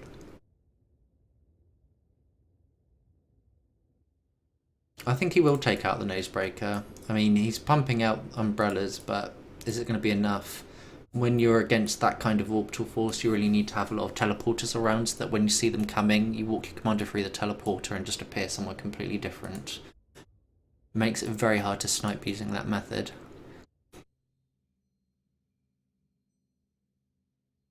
Let's have a quick look at the metal planet. Not a whole lot going on really, is there?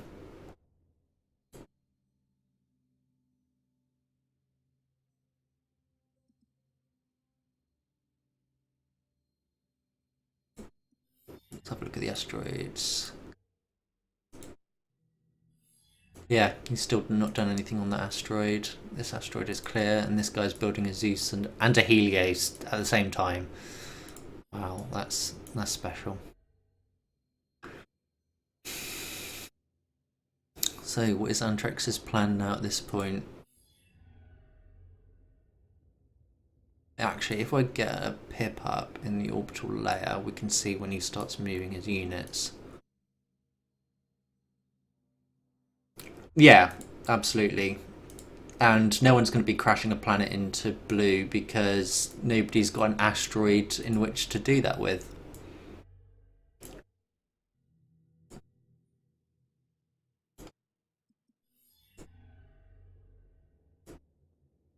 Let's have a look at his forces. How many Amigas has he got now? 59, and he's not moving them.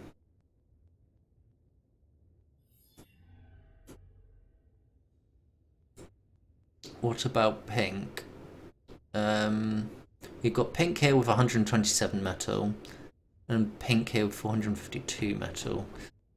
They're not going to get anything done, are they? Like, the Nosebreaker's the only one who can really contest, potentially, and he's not doing anything. He's stuck on that planet still. We've got Magenta here, building things, but again, nothing to make Antrex worry. And then, is it west? This planet's completely empty. Like, Nosebreaker could put a teleporter down here, take control of that planet, and then just storm ahead of Antrex in production and eco. But he's not doing that, is he? He's sitting here, doing what? Building a bunch of nukes. I don't think nukes are going to do it. Let's have a look at Antrex and how well anti-nuked he is. Right, where's his commander? Over here. How many anti-nukes cover him? 1, 2, 3, 4. What about that one? And that one, 5. So 15 nukes are going to get stopped if they land there. So you need to send 17 nukes. And if they do send a nuke, then he's just going to get these airfabs just to build another anti-nuke. I just really want Antrex to end this. Alright, the orbital satellite is coming out, and it's going over here by the looks of it. It's going to scout the Nosebreaker. Nosebreaker's going to have no teleporter to deal with that coming, so I think this will be the end of Nosebreaker soon. There are a few more nukes. Yeah, but look at them, none of them are filled. It's going to take forever to fill. What's his eco at? 2000. So if he stopped producing everything and just built nukes, what, 20 seconds per nuke? He needs 17 nukes. It's going to take ages. Oh! What the hell? Why can I hear the catalyst? Oh no, that's the Ragnarok. They're the same sound, aren't they? That scared me for a second. Ragnarok in the Metal Planet. That's a nice choice.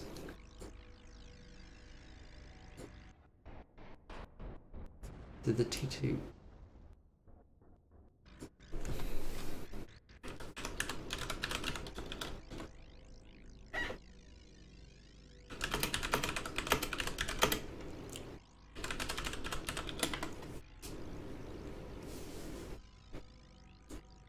Right, some commanders are on the run, going to some asteroid. Oh, they're really going to drag this out, aren't they? Well, at least this is going to blow up. Oh, Although, when the metal planet blows up, that's going to make orbital travel times between these planets even longer.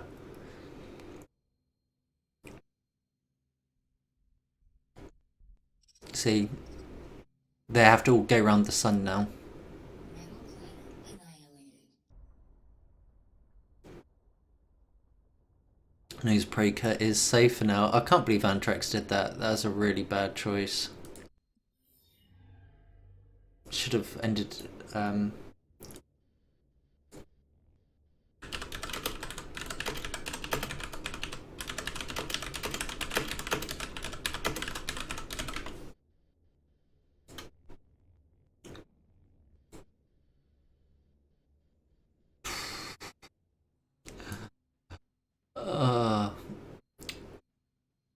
Okay, viewers, let me know, what do you want me to do at this point? Because this game is going to be very dragged out. Do you want me to focus on anything in particular? Like, I mean, oh, actually, we've got a Halley on the move. Okay, this asteroid is moving. Is it going to hit anywhere? It's going to hit this ice planet and take out the Nosebreaker. Nosebreaker's not showing any signs of running. Nice. Newsbreaker's been taken out. So who's left? We've got Grekistan, Senescence, Kabukicho, Urakogan, and Options. So let's have a look. Anyone on West? No, but there is a teleporter going up. Very, very slowly. This planet completely empty. This planet... Oh, he's been left alone for quite a while, hasn't he? He's building a lot of defences, but even with all of those umbrellas, he's not going to be able to stop the amount of Amigas that Antrex has. I mean, look at this. How ridiculous is this? That's 91 Amigas. He's not going to use them. Just going to be lazy about it.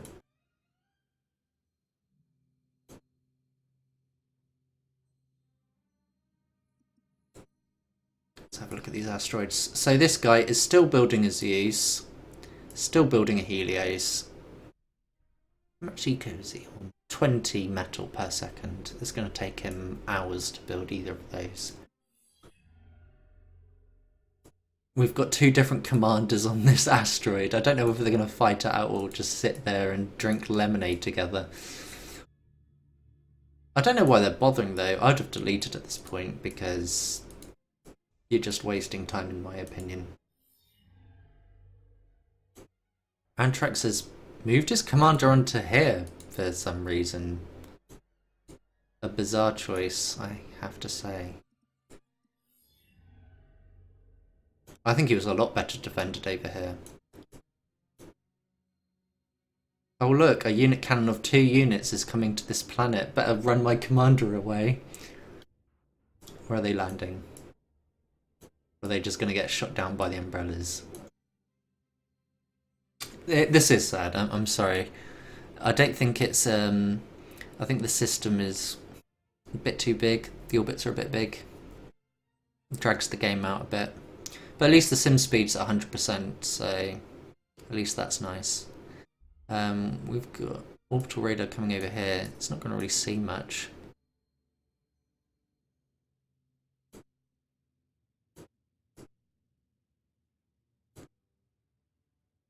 Though Options is travelling over here. I think these Amigas... How many are there? 35 Amigas.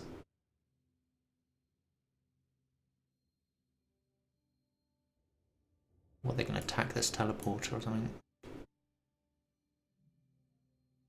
A couple of nukes have been launched. Where are they going to? Nowhere useful, I imagine.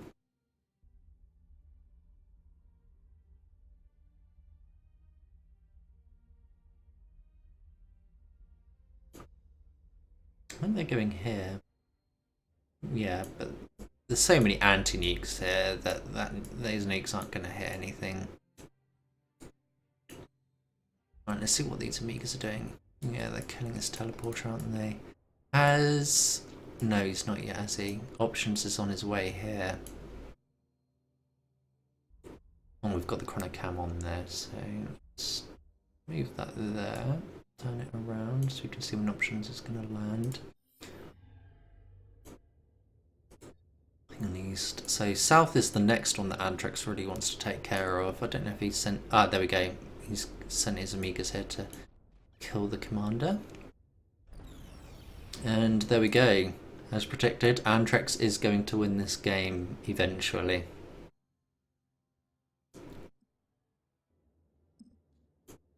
Enemy in critical condition. Oh, nukes are arriving. Let's see them get shot down. There you go.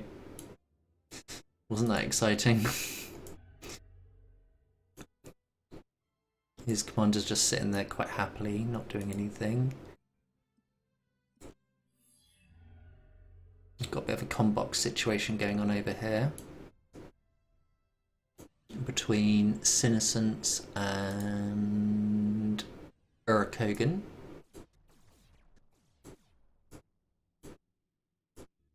Just wasted all of his boom bots, and I think he's going to die soon.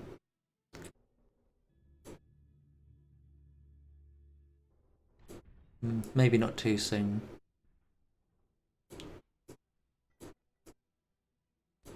Oh, the Grenadiers have decided to start fighting after all.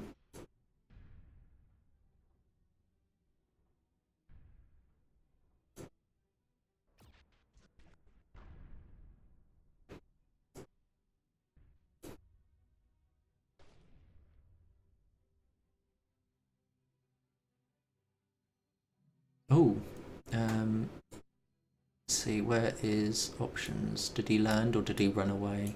He ran away. Oh my god. This is so dull.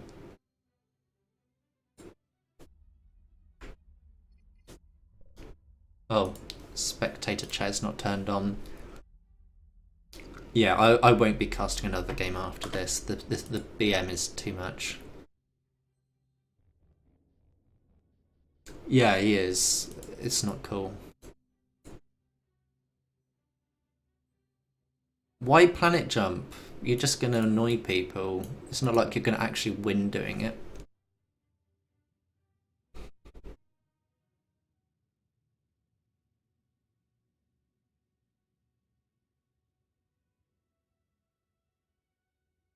I'm sorry guys, I can't continue this anymore. It's got ridiculous. I'm just gonna end the stream here.